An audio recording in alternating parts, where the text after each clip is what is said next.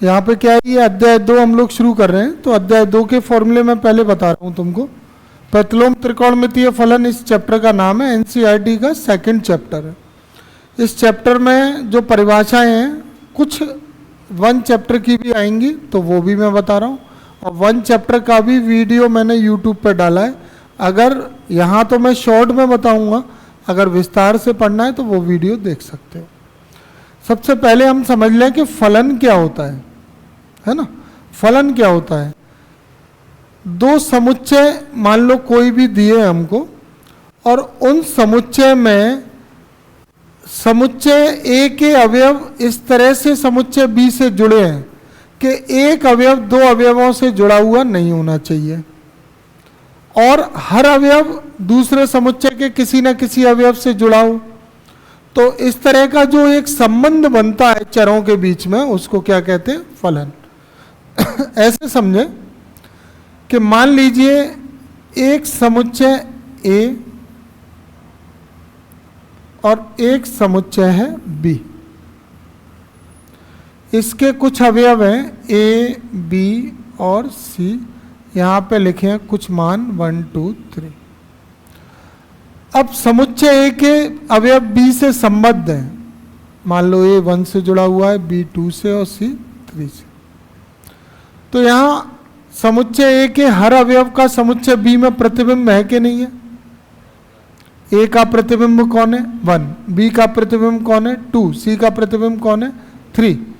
तो ये फलन एफ से निरूपित होगा, और ये समुच्चय ए से बी में क्या है? परिभाषित। तो समुच्चय ए से बी में जो संबंध यहाँ पे दिख रहा है, इस संबंध को क्या कहते हैं? फलन। जो समुच्चय ए के मानों का समूह है उन्हें हम कहते हैं प्रांत या डोमेन, और ए के अवयव जिस मान से संबद्ध हैं 1, 2 और 3, ये क्या है? सहप्रांत। ये सहप्रांत है। ठीक है। अगर हम समुच्चय ए के अवयवों को ये मान लें कि समुच्चय ए के जो अवयव हैं वो x से निरूपित हैं, तो x ए को बिलोंग कर रहा है, ये बिलोंग्स टू का साइन है, यानी x के मान a से लिए जा रहे हैं और y के मान b से। तो यही फलन किस तरह से प्रदर्शित किया जाएगा? तब इस फलन को हम लिख देंगे बीजगणितीय रूप में y बराबर fx। ठीक है। तो y बराबर fx जो होता है ना, उसमें x होता है इनपुट, यानी x का मान रखा a b c, input. Input यानी प्रांत। और जब x के मान a b c रखे तो y के मान क्या मिले? 1, 2, 3। तो ये y के मान क्या होते हैं? सहप्रांत। यहां से भी देख सकते हो कि x के मान a से हैं और a क्या है? प्रांत। y के मान कहां से लिए? b में से, और b क्या है? सहप्रांत। ठीक है। तो अगर कोई 2 समुच्चय एक दूसरे से इस प्रकार संबंधित है कि पहले वाले समुच्चय ए के हर अवयव का बी में क्या हो? प्रतिबिंब, और किसी भी अवयव के 2 प्रतिबिंब नहीं हो, एक से ज्यादा नहीं होना चाहिए।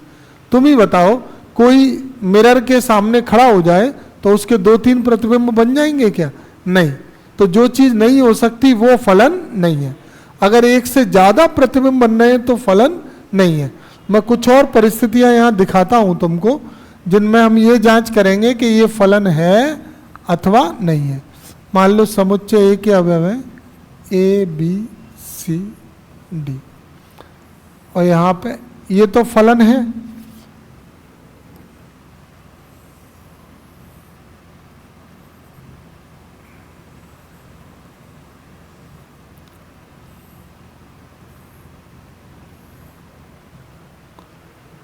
क्या ये फलन है?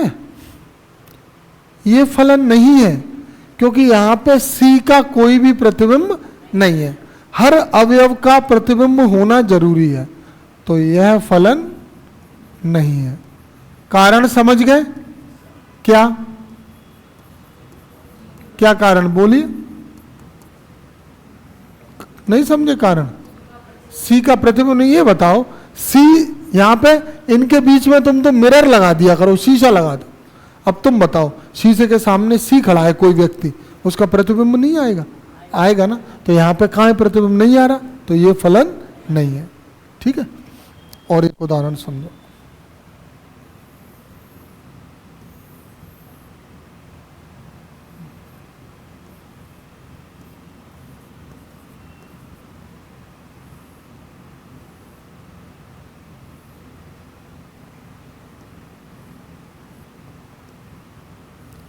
क्या ये फलन है? ये क्यों नहीं है? क्योंकि यहां इसके दो प्रतिबिंब हो गए ना, तो ये भी फलन नहीं है।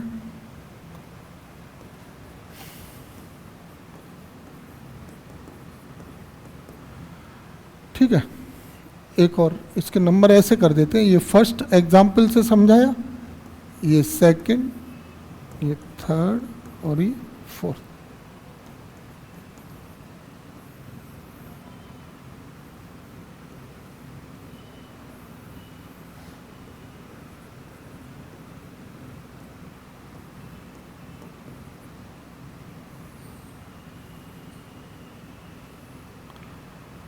बताओ ये फलन है?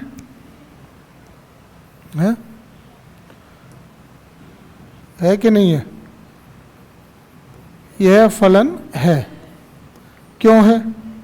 क्यों? यहां पे शीशा लगा हुआ है, तो शीशे के सामने जो चीजें हैं वो तो दिख ही रही होंगी, जो सामने तुम रख रहे हो वो तो दिख ही रही हैं। पर कई ऐसी चीजें हैं जो तुमने नहीं रखी हैं फिर भी दिख रही हैं। मान लो 3 आदमी खड़े हैं और शीशा है, तो शीशे में ये तीनों आदमी, ए का प्रतिबिंब कौन है? 1, बी का 4 और सी का। तो क्या उन व्यक्तियों के अलावा कोई और चीजें नहीं दिख रही होंगी शीशे में? दिख सकती हैं, तो ये भी फलन है। तो एक मिरर लगा के जो जो परिस्थितियां बन सकती हैं वो फलन है, जो परिस्थितियां नहीं बने वो फलन नहीं है। ठीक है, अब मैं बात कर रहा हूं यहां पे प्रतिलोम फलन। प्रतिलोम फलन, फलन तो समझ लिया तुमने, अब हम जरा प्रतिलोम फलन समझ लेते हैं थोड़ा सा। किसी फलन का, क्योंकि हमारे अध्याय का नाम क्या है? प्रतिलोम त्रिकोणमितीय फलन। तो अब हम ये देखें कि प्रतिलोम फलन कौन सा होता है। प्रतिलोम फलन के लिए यहां पर एक शब्द लिखा हुआ है, ये क्या लिखा है कि किसी फलन का प्रतिलोम फलन कब अस्तित्व में आता है? जब वो कैसा हो? एकेकी आच्छादक। तो मैं तुम्हें इन चित्रों में ये समझा दूं कि एकेकी आच्छादक क्या होता है। एकेकी में एक अवयव का एक ही प्रतिबिंब आना चाहिए। ठीक है, 2 अवयवों का एक ही प्रतिबिंब नहीं आए। जैसे ए और बी का एक ही प्रतिबिंब आ जाए तो वो एकेकी नहीं है। एक अवयव एक से जुड़ा होता है, उसे एकेकी कहते हैं। और आच्छादक वो होते हैं, यहां हर एक अवयव किसी ना किसी से जुड़ा होना चाहिए। ये हर एक अवयव जुड़ा होना चाहिए। हर एक अवयव इसमें जुड़ा है, इसमें 5 जुड़ा है क्या किसी से? मतलब यहां कोई भी अवयव खाली नहीं रहना चाहिए। अगर बी समुच्चय में कोई भी अवयव खाली है बिना प्रतिबिंब के, बिना जुड़ा हुआ, तो वो आच्छादक नहीं है। और एक एक से जुड़ा होता है तो वो क्या है? एकेकी। इसके बारे में विस्तार से पढ़ना है, समझना है, तो मैंने जो चैप्टर 1 का वीडियो डाला है वो देख सकते हैं। ठीक है, तो मैं फिर से समझा दूं एक बार। एकेकी आच्छादक में पहचान ये है कि एक अवयव एक से जुड़ा हो और यहां पर कोई भी अवयव खाली नहीं होना चाहिए। तो ये पहली परिस्थिति वाला क्या है? एकेकी आच्छादक। ये तो फलन ही नहीं है। ये फलन क्यों नहीं है? यहाँ पे सी का प्रतिबिंब नहीं था, ये फलन नहीं है। ये भी फलन नहीं है, क्यों? इसके 2 प्रतिबिंब हो गए थे। ये फलन है और ये भी फलन है। तो पहली परिस्थिति, ये एकेकी आच्छादक नहीं है। क्यों? इसमें कौन खाली है? 2 और 5, और ये एकेकी आच्छादक है। ठीक है, तो यहां फर्स्ट केस एकेकी आच्छादक है। ठीक है, तथा फोर्थ केस एकेकी आच्छादक नहीं है।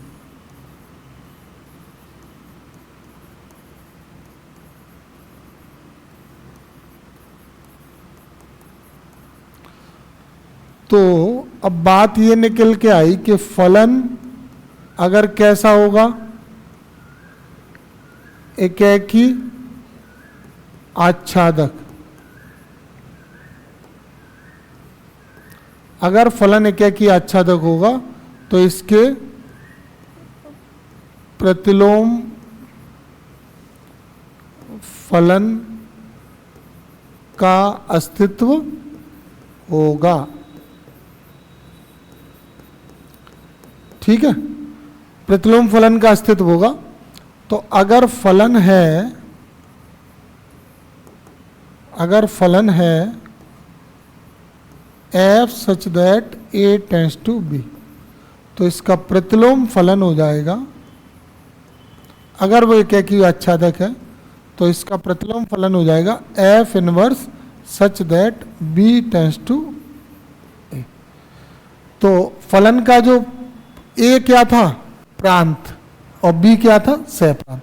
तो प्रतिलोम फलन में b क्या हो जाएगा, प्रांत, और a क्या हो जाएगा, सह प्रांत। और एकेकी आच्छादक में जो सह प्रांत है ना, वही बराबर हो जाता है किसके, परिसर के।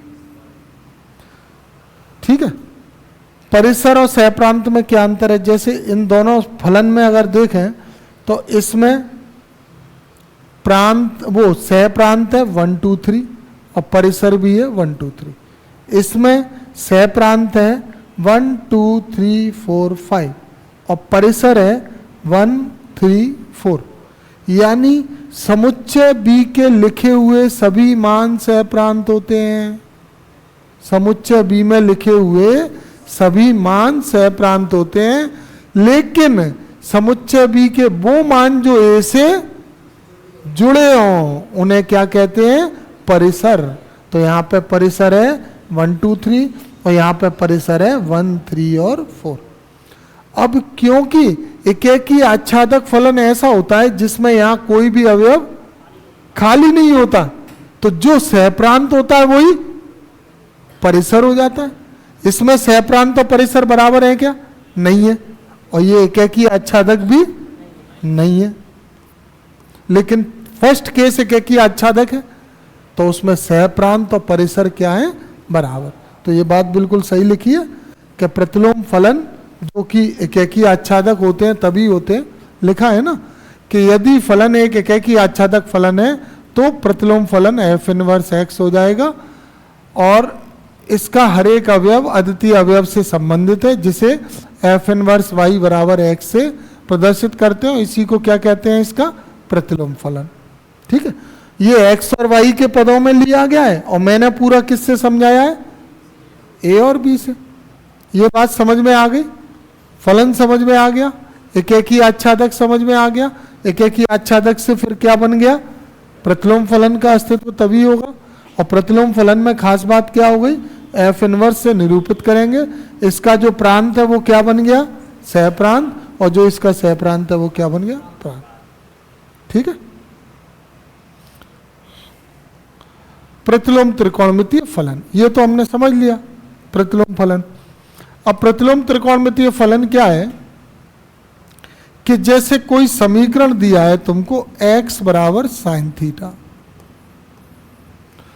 तो या करके इसको ऐसे लिख सकते हैं साइन थीटा बराबर x। तो इससे अगर हम थीटा का मान निकालें तो साइन इधर जाएगा और इसका प्रतिलोम बन जाएगा साइन इनवर्स x। तो x बराबर साइन थीटा तो क्या था, फलन। ये क्या है, फलन। और साइन इनवर्स x इसका क्या है, प्रतिलोम फलन। अब ये साइन कॉस वगैरह त्रिकोणमिति कहलाते हैं, तो इसको क्या कह रहे हैं, साइन थीटा कॉस थीटा वगैरह क्या है, त्रिकोणमितीय अनुपात। और जब इन पे इनवर्स लग गया तो ये क्या हो गए, प्रतिलोम त्रिकोणमितीय फलन। अभी ये क्या है, त्रिकोणमितीय फलन। और जैसे ही इस पे इनवर्स लग गया तो ये क्या हो गया, प्रतिलोम त्रिकोणमितीय फलन। तो ऐसे हो गए 6। कौन, sine inverse, cos inverse, tan inverse, cosec inverse, sec inverse, cot inverse. आ गई बात समझ में? तो ये प्रतिलोम त्रिकोणमितीय फलन है। अब यहां पे 2 पॉइंट लिखे हैं कि साइन थीटा एक वास्तविक संख्या है, इसको चेक कर लेते, इसको उदाहरण से चेक कर लेते। जैसे साइन थीटा है, अब माना इसमें थीटा बराबर कुछ तुमने रख दिया 30 डिग्री, तो ये क्या आ जाएगा साइन 30। तो साइन 30 का मान 1/2 बराबर क्या है, एक वास्तविक संख्या। सही है, साइन थीटा वास्तविक संख्या आई है कि नहीं। अब साइन इनवर्स एक्स ले लेते हैं। साइन इनवर्स एक्स में एक्स का मान कुछ -1 से +1 के बीच लेना पड़ेगा। तो मान लिया एक्स का मान हमने √3/2। तो अगर मैं यहाँ √3/2 रखता हूँ एक्स की जगह,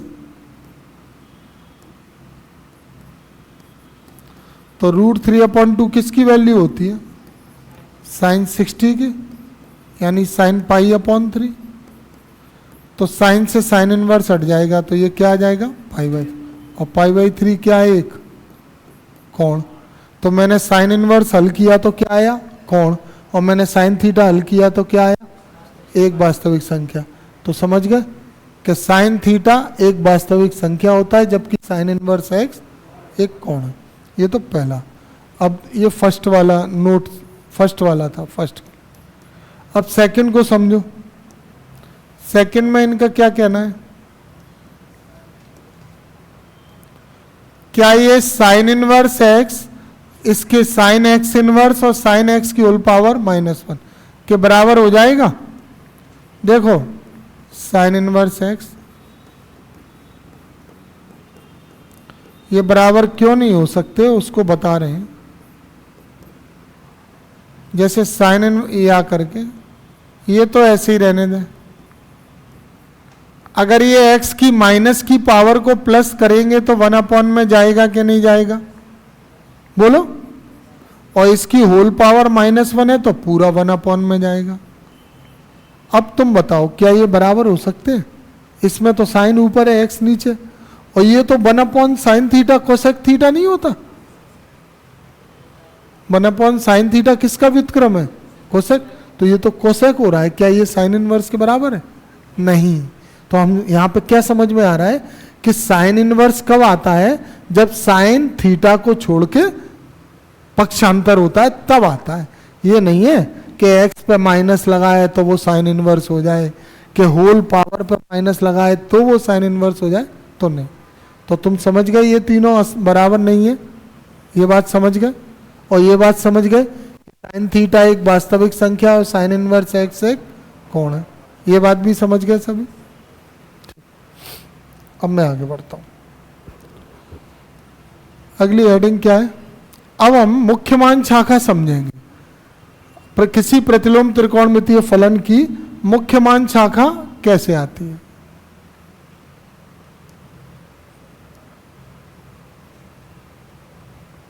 ये साइन एक्स का ग्राफ है और ये साइन इनवर्स एक्स का ग्राफ है। तो अब इसकी मुख्य मान शाखा कैसे निकल के आती है वो मैं तुमको यहाँ पे समझाता हूँ। थोड़ी सी यहाँ पे गलती हुई है, इसको सुधार लूँ पहले, या 2 बिंदी आएंगे।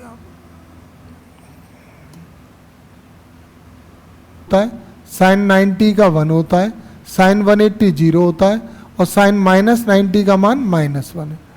मैं तुमसे ये पूछ रहा हूँ कि ये जो इसके x के मान हैं वो समुच्चय a हो जाएंगे, x के मान a हो जाएंगे, और जो y के मान है वो क्या हो जाएंगे, समुच्चय b। अब x के जो मान हैं वो क्या क्या है, जैसे 0, x का एक मान पाई, एक मान 2 पाई, ठीक है, ये x के मान हो गए। y पे मान क्या क्या है, y पे -1 है, 0 है और 1 है। अच्छा ये बताओ साइन 0 का मान 0, साइन पाई का वही 0 x अक्ष पे है ना, और साइन 2 पाई का वही 0, ठीक है। अब ये बताओ यहां इन तीनों का एक ही प्रतिबिंब बन रहा है, यानी ये एकेकी फलन कब होता, जब एक का एक बनता। यहां तो तीन के क्या बन रहे हैं, एक, इसको कहते हैं बहु एकेकी, मैनी वन। बहु का मतलब बहुत सारे फलन जुड़े हुए हैं एक से। जबकि प्रतिलोम कब होता है, जब वो एक जुड़ा होता है एक से, एकेकी फलन होता है तब। दूसरी बात, यहां पे -1 से 1 के बीच के ही मान है। अगर हम इसके सहप्रांत की बात करें तो उसमें और भी मान हो सकते हैं, -2, -3, -4। क्या वो मान किसी से जुड़ेगा?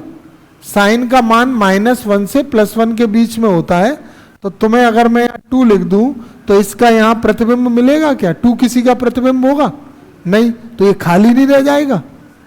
तो खाली रह जाएगा तो आच्छादक है क्या? ना ये एकेकी है ना ही आच्छादक है, तो फिर इसका प्रतिलोम फलन तो निकलेगा ही नहीं। जबकि मैंने क्या कहा कि प्रतिलोम फलन कब निकलता है, जब वो एकेकी और आच्छादक हो। अच्छा, एकेकी आच्छादक की पहचान का एक तुम्हें और तरीका बताता हूं। एक एक्स अक्ष के समांतर रेखा का नियम होता है। अगर तुम एक्स अक्ष के समांतर रेखा खींचो कहीं भी, ऊपर या नीचे, और वो किसी फलन के ग्राफ को एक बिंदु पर काटे तो एकेकी आच्छादक, और एक से ज्यादा बिंदु पर काटे तो बहु एकेकी आच्छादक। अगर मैं एक्स अक्ष के समांतर रेखा खींच दूं,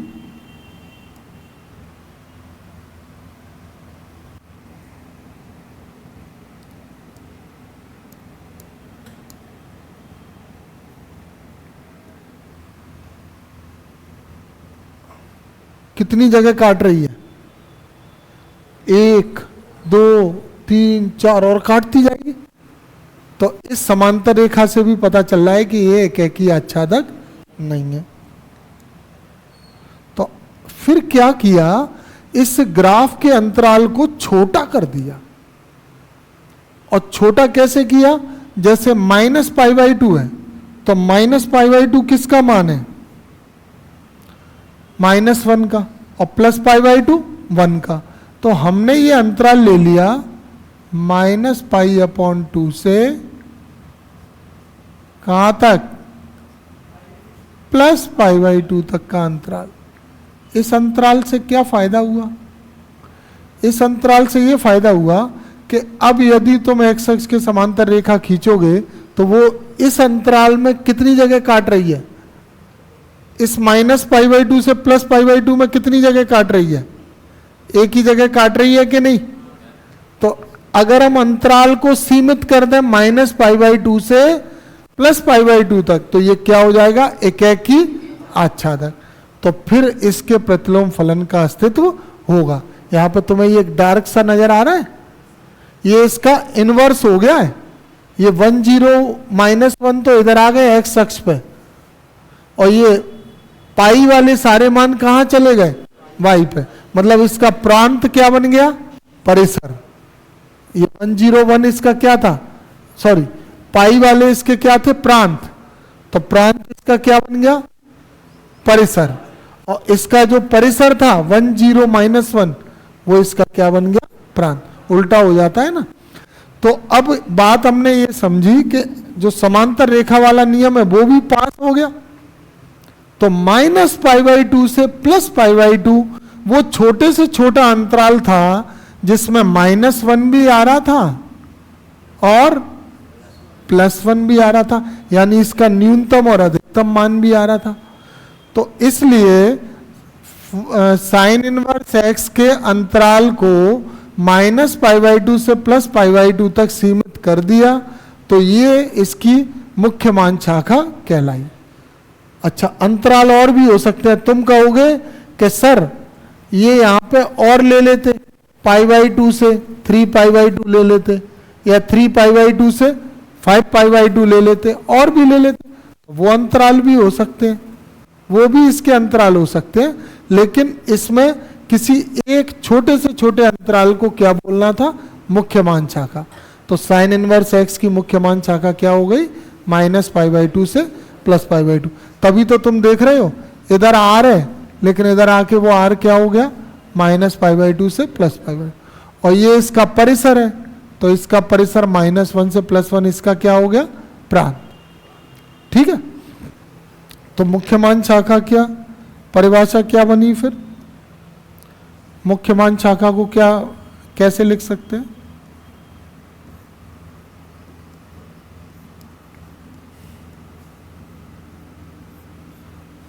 मुख्यमान शाखा की परिभाषा ये हुई कि sin x फलन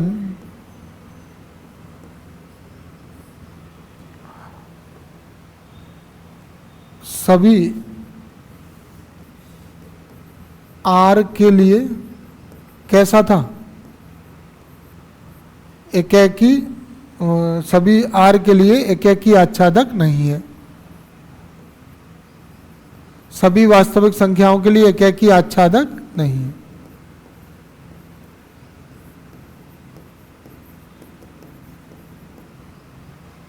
यदि इसके किसको, प्रांत को -π/2 से +π/2 तक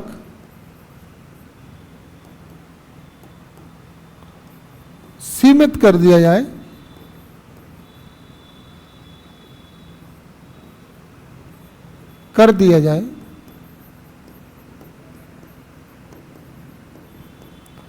तब यह एकेकी आच्छादक होगा कि नहीं, तब यह एकेकी आच्छादक होगा।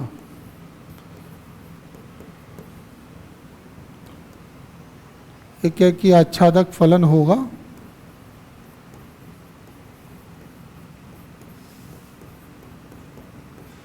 और इसके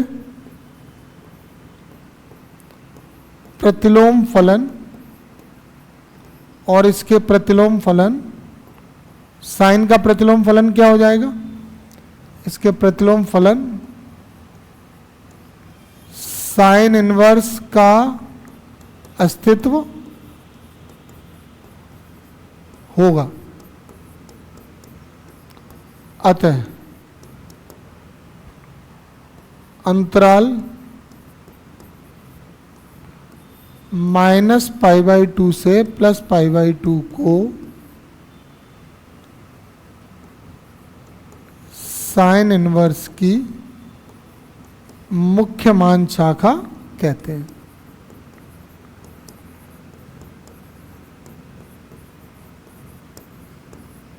ठीक है, और मुख्य मान क्या होता है, मुख्य मान की परिभाषा क्या होती है,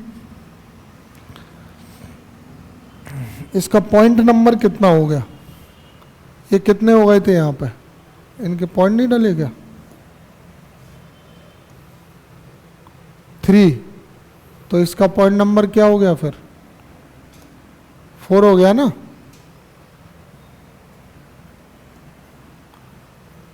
ये 4 हो गया,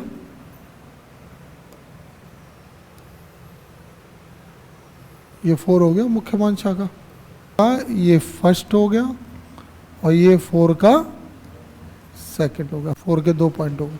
ठीक है, हाँ, मुख्य मान की परिभाषा क्या है, किसी प्रतिलोम त्रिकोणमितीय फलन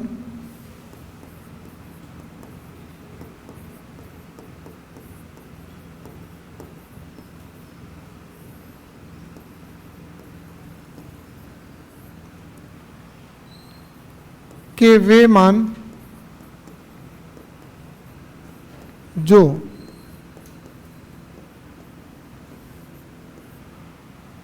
मुख्य मान शाखा में स्थित होते हैं, जो मुख्य मान शाखा में स्थित होते हैं, उन्हें प्रतिलोम त्रिकोणमितीय फलन का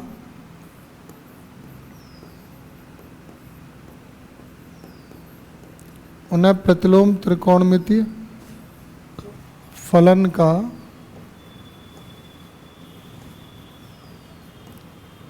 मुख्य मान कहते हैं।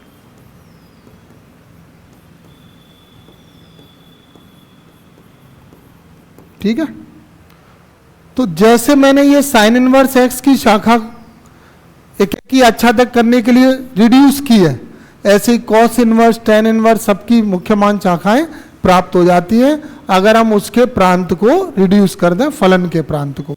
तो जब उनकी मुख्य मान शाखा सीमित की तो हमें ये सारणी प्राप्त हुई। ये सारणी किसके लिए है? प्रतिलोम त्रिकोणमितीय फलनों की मुख्य मान शाखा के लिए सारणी है। साइन इनवर्स की मैंने तुम्हें यही निकाल के दिखाई है मुख्य मान शाखा। इसको और क्या कहते हैं? रेंज या परिसर। ऐसे ही कॉस इनवर्स एक्स की, tan inverse x, cot inverse, sec inverse और कोसेक इनवर्स की। ठीक है, अब ये मुख्य मान शाखा कैसे याद करोगे वो मैं तुम्हें यहाँ पे समझा देता हूँ। देखो, इस मुख्य मान शाखा में हम क्या देख रहे हैं, कितने मान हैं इसमें? 6। इसमें तुम्हें 4 याद कर लेने हैं, 4 से हो जाएंगे। सेक इनवर्स और कोसेक इनवर्स को तो हम बदल लिया करेंगे, साइन इनवर्स में कोसेक इनवर्स आ जाएगा बदल के, और कॉस इनवर्स में सेक इनवर्स आ जाएगा। इन चारों की याद कर लो। इन चारों की कैसे याद करोगे? अगर तुम गौर से देखोगे तो साइन इनवर्स और टेन इनवर्स वाले मुख्य मान शाखाएं ये दोनों कैसी हैं? समान नहीं है क्या? सिर्फ किस चीज का अंतर है? अंतराल का। यहां पे कैसा अंतराल लगा है? समव्रत, और यहां पे कैसा लगा है? विवृत। इन दोनों अंतरालों का मतलब जानते हो? समव्रत अंतराल का मतलब है कि -π/2 और +π/2 को भी अंतराल में लेना है। मैं सांख्य रेखा पे दिखा देता हूं तुमको।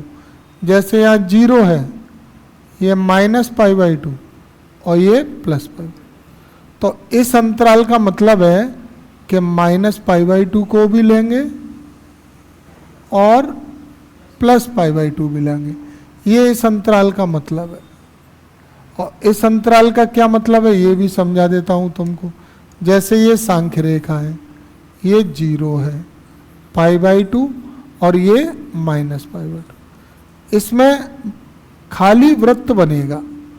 खाली वृत्त का मतलब है कि इसमें -π/2 और +π/2 शामिल नहीं है, केवल इनके बीच के मान लेंगे, बीच के। तो समव्रत अंतराल में जो मान दिख रहे हैं वो भी लेते हैं और उनके बीच के भी लेते हैं, और विवृत में केवल बीच के मान लेंगे, जो दिख रहे हैं वो नहीं लेंगे। ऐसे ही और कौन सी शाखाएं समान है? कॉस इनवर्स की समव्रत में 0 से π और कॉट इनवर्स की विवृत में 0 से π। इसका मतलब समझे कि नहीं समझे? ये दोनों भी समान है कि नहीं है? बस ब्रैकेट का अंतर है। इसका मतलब समझे? इसका मतलब है 0 से π के बीच के लेना है, लेकिन 0 और π नहीं लेना है। इसका मतलब क्या है? 0 और π भी लेना है और उनके बीच के भी लेना है। तो ऐसे तुम ये चारों की मुख्य मान शाखा याद रख लोगे क्या? नहीं रख पाओगे? हैं? किस किस की एक सी हो गई? साइन इनवर्स और टेन इनवर्स की, इन दोनों की एक सी है।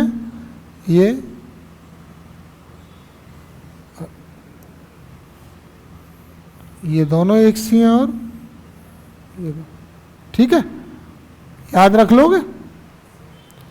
ये तो हो गई इसकी मुख्य मान शाखा। आगे बढ़ते हैं। स्वयं समंजक गुण। स्वयं समंजक गुण में क्या होता है? साइन इनवर्स में साइन होगा तो ये स्वयं समंजक से हटके क्या आ जाएगा? थीटा। यहां पे थीटा क्या है? थीटा कोण तो है, लेकिन थीटा का जो मान है वो क्या है? थीटा का मान मुख्य मान शाखा में। जैसे साइन इनवर्स है तो साइन इनवर्स के लिए थीटा का मान कहां से कहां तक होता है? -π/2 से +π/2। तो यहाँ थीटा का जो मान है वो किस में होगा? होना चाहिए मुख्य मान शाखा में। और इधर x आ रहा है तो साइन से साइन इनवर्स। देखो इधर इनवर्स बाहर है और इधर इनवर्स अंदर है, तो इनवर्स अंदर होगा तो x का मान कहां से कहां तक होता है साइन इनवर्स के लिए? -1 से, तो ये क्या है इसकी प्रांत। तो ये स्वयं समंजक गुण के लिए यहाँ जो x का मान है वो किस में होना चाहिए, प्रांत में। ठीक है, थीटा का मान मुख्य मान शाखा में और x का मान प्रांत। ये स्वयं समंजक गुण हो गया। और बाकी तो इसमें कोई दिक्कत ही नहीं। साइन इनवर्स से साइन, कॉस इनवर्स से कॉस, टेन इनवर्स से टेन, इधर साइन से साइन इनवर्स, कॉस से कॉस इनवर्स, टेन से हट दो। अगला फॉर्मूला कौन सा, मान होना चाहिए। ऋणात्मक मान को धनात्मक मान में बदलने के लिए सूत्र। तो ये sine inverse, tan inverse, cosec inverse और cos inverse, cot inverse, sec inverse के सभी ब्रैकेट के अंदर क्या लगे हैं, -x, ऋणात्मक मान। अगर ये माइनस हटाना है और अंदर प्लस करना है तो साइन इनवर्स, टेन इनवर्स और कोसेक में सीधे सीधे तीनों माइनस क्या आ जाएंगे, बाहर। लेकिन अगर आप इधर ध्यान देंगे तो कॉस इनवर्स, कॉट इनवर्स और सेक इनवर्स में क्या हो रहा है, पाई लगने के बाद माइनस बाहर आ रहा है। Pi minus cos inverse x, pi minus cot inverse x, pi minus second. इसमें माइनस डायरेक्ट आ गए, इसमें माइनस बाहर आए, लेकिन उनके साथ में कौन लगा, पाई। कैसे याद रखोगे, देखना किस किस की मुख्य मान शाखा में पाई है, देखना। कॉस इनवर्स में पाई है कि नहीं, कॉट इनवर्स में भी पाई है और सेक इनवर्स में भी। तो जिनमें पाई है उनमें पाई माइनस, और जिनमें पाई नहीं है सादा माइनस। साइन इनवर्स में पाई है क्या, अरे पाई/2 है, ऐसा पाई आ रहा है क्या, नहीं आ रहा ना, तो इसमें माइनस आ जाएगा। कॉस इनवर्स में पाई है तो पाई माइनस, टेन इनवर्स में है केवल पाई तो इसमें माइनस। अब देखो, इतना बताने के बाद अब देखो, इनकी तीनों की मुख्य मान शाखा में पाई नहीं था तो माइनस, और इन तीनों की मुख्य मान शाखा में पाई था तो पाई माइनस। समझ गए, ये याद करने के तरीके बता रहा हूं मैं। अगला क्या है, रूपांतरण। व्युत्क्रम सूत्र कहाँ रहेगा इसमें,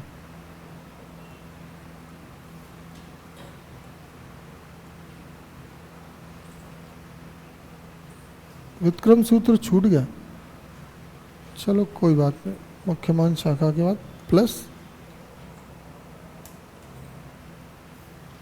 6,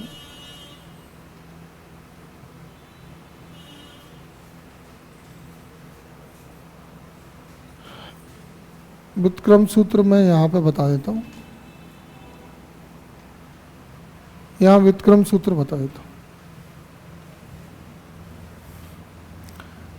देखो, में ये अंतर है कि प्रतिलोम त्रिकोणमितीय फलन में पावर माइनस लगेगी और त्रिकोणमितीय फलन में पावर माइनस नहीं होगी। जैसे साइन एक्स कॉस एक्स तो वो त्रिकोणमितीय फलन है, और अगर उस पर पावर माइनस लगी है तो वो पावर -1 लगी है तो वो क्या है, बोलो ना, प्रतिलोम त्रिकोणमितीय फलन। त्रिकोणमितीय फलन कब पढ़ा था, 11th में, और प्रतिलोम त्रिकोणमितीय फलन कहाँ पढ़ रहे हैं, 12th में। तो अब इसके व्युत्क्रम सूत्र अलग होते हैं, ट्रिग्नोमेट्री जैसे नहीं है।